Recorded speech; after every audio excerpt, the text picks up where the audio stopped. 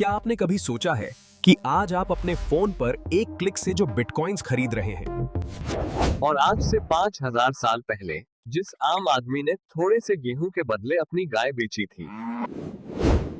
ये एक ऐसी कहानी है जो आपको स्कूल में कभी नहीं पढ़ाई गई। आज से 6000 साल पहले दुनिया में पैसा एग्जिस्ट ही नहीं करता था। लोग बार्टर सिस्टम यूज करते थे। यानी तुम मुझे अपना गेहूं दो, मैं तुम्हें अपनी बकरी दूंगा। Deal done. सोचिए, आप एक किसान हैं, आपके पास गेहूं बहुत है और आपको पहनने के लिए कपड़े चाहिए। आप कपड़े वाले के पास गए, लेकिन उसने कहा, भाई मुझे गेहूं नहीं चाहिए, मुझे तो मछली खानी है। अब आप भागते हुए मछली वाले के पास गए तो उसने कहा, गेहूं तो चाहिए पर आज नहीं, कल आना। इकोनॉमिक्स में इसे कहते हैं डबल कोइंसिडेंस ऑफ वांट्स, और प्रैक्टिकली ये बहुत थका देने वाला काम था। इस मसले से बचने के लिए लोगों ने एक ऐसी चीज ढूंढी जो सबको चाहिए थी, जैसे कि नमक, सीप शेल्स या फिर अनाज। यह दुनिया का सबसे पहला पैसा था जिससे कुछ भी खरीदा जा सकता था।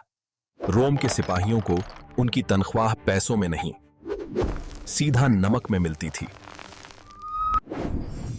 लैटिन जबान में नमक को सैल कहते हैं, जहां से वर्ड निकला सलारियम, और इसी सलारियम से आज का मशहूर वर्ड बना है सैलरी। तो अगली बार जब तनख्वाह मिले, याद रखना आप अपना नमक हलाल कर रहे हैं। फिर वक्त बदला। 600 बीसी में टर्की के राजा क्रोएसस ने एक जबरदस्त मास्टर स्ट्रोक खेला। उसने सोना और चांदी को आपस में मिलाया और एक छोटा सा मेटल का टुकड़ा बनाया और उस टुकड़े पर अपनी शाही मोहर लगा दी। यह था दुनिया का पहला सिक्का। अब किसी को यह टेंशन नहीं थी कि सामने वाले को गेहूं चाहिए या बकरी। सिर्फ ये छोटा सा सिक्का उसके हाथ में दो और अपना सौदा वहां से ले लो। अगले 50 सालों में ग्रीस, रोम और पर्शिया ने इस नए आइडिया को कॉपी कर लिया। सदियां गुजरी और हम आ गए 618 एडी में चाइना की अफीम टैंग डायनेस्टी के अंदर। यहाँ के मर्चेंट्स बहुत परेशान थे क्योंकि बड़ा सौदा करने के लिए हजारों सिक्के चाहिए थे। इन भारी बोरियों को उठाने से उनकी पीठें टूटने लगती थीं। सफर एक अजाब बन जाता। इसका हल निकालने के लिए चाइनीज एम्परर ने एक नया और अजीब जादू मुतारिफ करवाया, जिसे उन्होंने फ्लाइंग मनी का नाम दिया। एक कागज जिस पर 1000 सिक्कों की कीमत थी। जब मशहूर ट्रैवलर मार्को पोलो ने यह देखा तो हैरत से उसका मुंह खुला रह गया। उसने आकर यूरोप को बताया, लेकिन उन्हें ये पागलपन समझने में पूरे 600 साल लग गए। सदियां गुजरी और हम आ गए 1950 में न्यूयॉर्क शहर के एक बहुत महंगे रेस्टोरेंट में। फ्रैंक मैकनमारा नाम का एक शख्स अपने दोस्तों के साथ शानदार डिनर एंजॉय कर रहा था।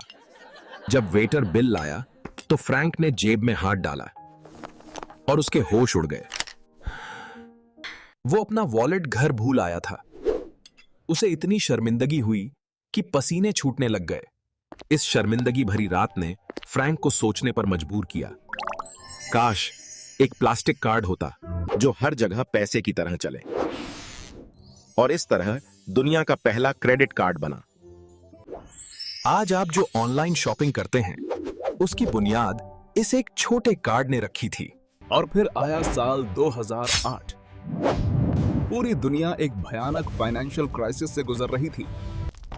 बड़े बड़े बैंक्स फेल हो रहे थे और आम लोगों की कमाई डूब रही थी।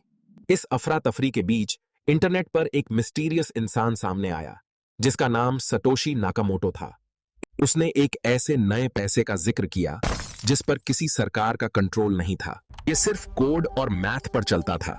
यह था दुनिया का पहला डिजिटल पैसा, बिटकॉइन। लेकिन सबसे मजेदार हिस्सा 2010 में आया, जब एक आदमी ने बिटकॉइन से पहली खरीदारी की।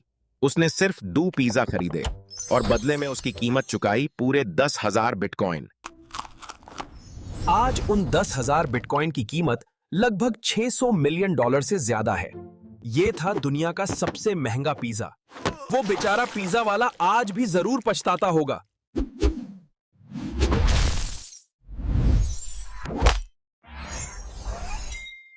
अगला स्टेप क्या होगा ये कोई नहीं जानता, लेकिन पैसा सिर्फ भरोसे का दूसरा नाम है। क्या आपके ख्याल में बिटकॉइन असल पैसा है? हां या ना? कमेंट्स में जरूर बताएं।